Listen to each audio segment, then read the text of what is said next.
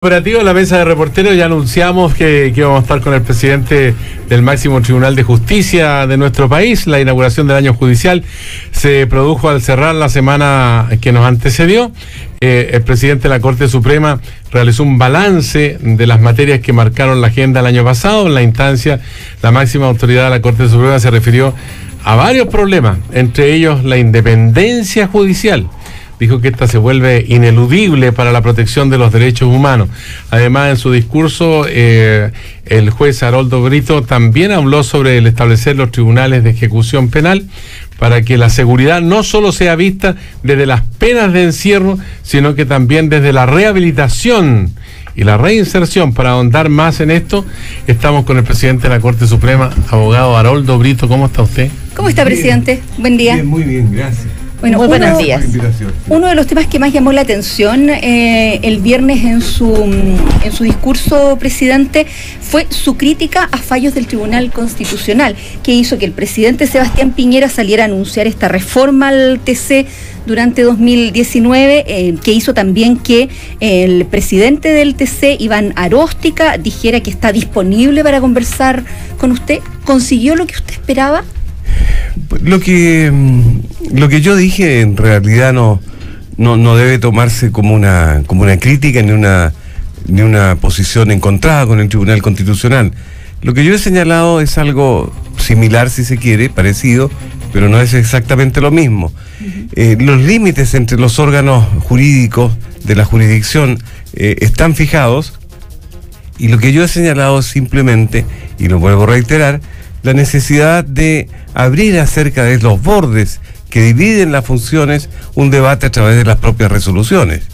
¿Está entrando el Tribunal Constitucional en materias que usted cree son exclusivas del Poder Judicial de la Corte Suprema? Es una cuestión que tiene que ser vista con calma. Esto no es un aspecto que pueda plantearse de manera de contraste necesariamente. Pero usted lo planteó como una contienda de competencia en la relación con el Tribunal Constitucional y con la Contraloría General de la República. No. Las cosas se dan en esos márgenes, es correcto, ¿no es cierto? Pero lo que hay que tener en cuenta, y son, me parece, las palabras más o menos textuales de mi cuenta, es la necesidad de desempeñarse dentro de los propios límites. Eso es lo que yo he señalado, y al mismo tiempo utilizo esas expresiones. O sea, la jurisdicción, los órganos de esta clase tienen que dialogar. Eso es lo que hay que hacer, pero no ver necesariamente en esto un conflicto que tenga mayor trascendencia que la que yo he señalado. Que afecta la estabilidad y seguridad jurídica, ¿está poniendo una señal de alerta frente a este problema? Bueno, si esto no se resuelve bien, si no se enfrenta de manera tranquila sobre todo eso, evidentemente que las cosas se pueden enredar. Yo no diría complicar, pero sí enredar. Para aterrizar un poco más el tema de dónde está el problema, usted decía en su discurso, y daba el ejemplo, ¿no?, que de los recursos de inaplicabilidad que van al Tribunal Constitucional, la mayoría terminan siendo rechazados, pero en algunos casos, esto en causa de violaciones a los derechos humanos, en recursos que presentan los acusados, digamos, pero en algunos casos las causas están hasta casi 2 años, 1 año 9 meses, casi 10 meses paralizadas. Ahí hay un conflicto, porque es una forma de paralizar los procesos judiciales que debe ver el Poder Judicial. El ministro de Justicia, cuando se le preguntó respecto a esto de los límites de las potestades, él decía que más bien tenía una reflexión para la autorregulación, porque es cierto, va a haber un proyecto para modificar el Tribunal Constitucional, pero uno entiende que más bien la forma, la composición, los ministros, en fin, pero el ministro de Justicia no quiso acoger esto de marcar más claramente los límites entre la potestad del Poder Judicial y el Tribunal Constitucional. Claro que la delimitación exacta, como quien delimita terrenos físicos, en el derecho muchas veces no es una cosa fácil de conseguir. Por eso que el punto de partida es que cada uno de los actores siempre tenga presente cuál es la función que está cumpliendo dentro del diseño organizacional. Eso es lo que yo he venido a señalar con toda claridad. Efectivamente, ahí hay una cuestión de orden práctico que tiene que tranquilizarse precisamente a través de las resoluciones que adopten los tribunales, porque las normas claramente están contenidas en la legislación. ¿Usted diría que se está abusando del Tribunal Constitucional en materia de derechos humanos? Abusando del Tribunal Constitucional. Digamos, recurrir al Tribunal Constitucional para todo. No. Yo creo que las acciones están para que las personas las ejerzan, y los tribunales tendrán que resolver a su respecto. No me parece a mí bueno descalificar a quienes usan precisamente las acciones o los recursos que la ley establece. Ahora, el sistema funciona de esa manera. Sí, ministro, lo que está en juego aquí en una discusión que quizás para una parte de la opinión pública pueda sonar árida es quién tiene la última palabra o cuál es la institución última a fin de determinar dónde se hace justicia y qué es lo correcto en Chile. Y en ese sentido lo que está en juego es la certeza jurídica, hasta dónde podemos recurrir. Usted dice, ¿el diseño institucional es suficientemente fuerte? Lo que estamos viendo hoy es un tema que tiene que ver con un origen político, o es un problema del diseño, ¿es un problema de los actores o un problema de las reglas? A ver, en este momento hay, porque las personas así lo entienden necesario, hay una fuerte actividad, las personas accionan, las personas recurren, las personas se plantean frente a los órganos del Estado. Eso tiene que generar sencillamente lo que yo denominé tensión, no haciendo alusión a una grave contradicción de un enfrentamiento fuerte, no se trata de eso. Pero sí vivíamos un tanto acostumbrados a que el Tribunal Constitucional no se iba frecuentemente. Era impensable, ¿no es cierto?, que la Contraloría tuviese algunas acciones que hoy día nos llaman la atención. Esas son las cosas que yo he querido señalar con la expresión tensión. Eso tiene que atenderse por los propios actores, a partir de las actuales reglas de competencia. No hay más modo que durar de ese en este momento, y resolver esto en la práctica. Y ya le digo que no pasa de ser una preocupación sobre este respecto. Oiga, una preocupación más ciudadana, perdón Sergio, es en materia de ISAPRES, que la gente tiene que llegar incluso a la Corte Suprema para que resuelvan los conflictos que tienen con sus aseguradoras privadas, porque no le respetan los precios, le suben los planes, la cobertura, en fin. ¿La Corte Suprema se siente subsidiando al Congreso en esta materia en particular, presidente? No, lo que pasa es que se trata de resolver cosas que están resueltas hace mucho tiempo. Todo el tema de ISAPRES, en regla general, es una cuestión que la Corte tiene posición y viene reiterando esta posición por largo tiempo. De manera que tener que recurrir a la jurisdicción para saber lo que, en el caso concreto, recibir la misma respuesta que han recibido miles de personas durante los últimos años, parece ser una cosa innecesaria que no se justifica. Eso significa un enorme trabajo administrativo, un montón de controles, y gente que queda esperando para que esto se resuelva. Eso es lo que he señalado cuando he reiterado la necesidad de una solución legislativa, y también esto es una posición de una solución que no hay dos opiniones. Todo el mundo está consciente de que esto debe solucionarse de manera legislativa. No es, dejemos la jurisdicción donde no hay respuestas de carácter administrativo, y aquí las tenemos. Ahora, en el caso de las contiendas de competencia, la palabra la tiene el legislador en estas circunstancias a través de un cambio que en la Constitución, una ley orgánica constitucional o una ley simple. Bueno, yo le insisto que como primera cosa hay norma constitucional que está diferenciando las potestades de cada uno de los órganos, y dentro de este conjunto de normas es que es posible funcionar. Yo tengo la certeza de que eso es así, que es posible funcionar. Por cierto que es posible también facilitar y adelantar tiempo en la resolución de este tipo de cuestiones mediante algunas modificaciones que el legislativo también y el ejecutivo se han propuesto. Los tribunales constitucionales deben ser objeto de preocupación atendida la enorme trascendencia de lo que ellos hacen, de lo que hace ese tribunal. Estamos con el presidente de la Corte Suprema, Haroldo Brito, conversando en esta mesa de reporteros del Diario de Cooperativa. Presidente, ¿cómo ve usted el debate que se ha producido durante el mes de febrero tras el fallo en el caso Frey? ¿Como un intento de presionar a las instancias superiores que van a tener que pronunciarse después como un intento de negar la historia de Chile? ¿Cómo lo ve? ¿Como un cuestionamiento al trabajo del ministro Madrid? Bueno, el caso es tremendamente importante, evidentemente. Seguramente es uno de los juicios más seguidos por la trascendencia. No son hechos frecuentes entre nosotros, evidentemente. Y el proceso se siguió en todos sus trámites. Todos los que han tenido interés jurídico en él han podido seguirlos, a hacerse parte, están formulados los recursos.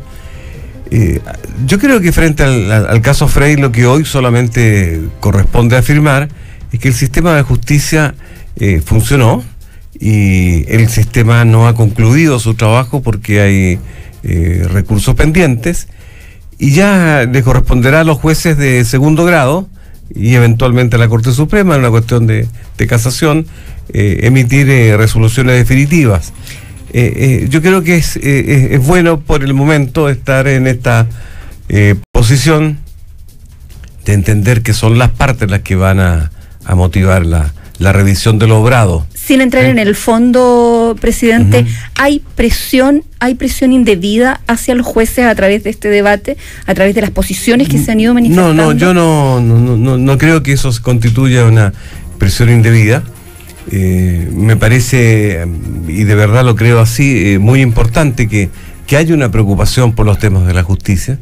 Evidentemente esa preocupación importa ideas, importa representaciones, hay mucho de positivo en esta discusión. ¿Y cuánto tiempo puede demorar todo el trámite en la Corte de Apelación y posteriormente en la Corte Suprema con recurso de casación? Bueno, eso ya es bastante aleatorio, pero no debería ser mucho tiempo. O sea, estamos en marzo, no sé, seguramente en algunos meses. Yo no quiero hablar de límites, eso siempre compromete. Estimaciones de cuánto nos vamos a demorar puede generar expectativas, pero yo creo que tenemos la sentencia de primera instancia. Los abogados han estudiado las posiciones que van a sostener, y esto tendrá que seguir un curso razonable, que es lo que podemos esperar. ¿Hablamos de un par de años por lo menos? Le insisto, Sergio, yo creo que hablar de un par de años puede ser un exceso también. Si hablásemos de algunos meses, la misma cosa. Tenemos un proceso de movimiento y un sistema que está atento a estas cuestiones. Es tremendamente importante lo resuelto. Así que yo creo que es muy riesgoso hablar de tanto tiempo o de tan poco tiempo. Presidente, hay un proyecto de ley que busca tipificar el delito de incitación a la violencia, la indicación que sanciona el negacionismo. ¿A usted le parece que este proyecto de ley sin duda constituye un aporte para hacer justicia en Chile? Mire, en las cosas de este orden, sobre todo cuando hay temas de valores jurídicos comprometidos,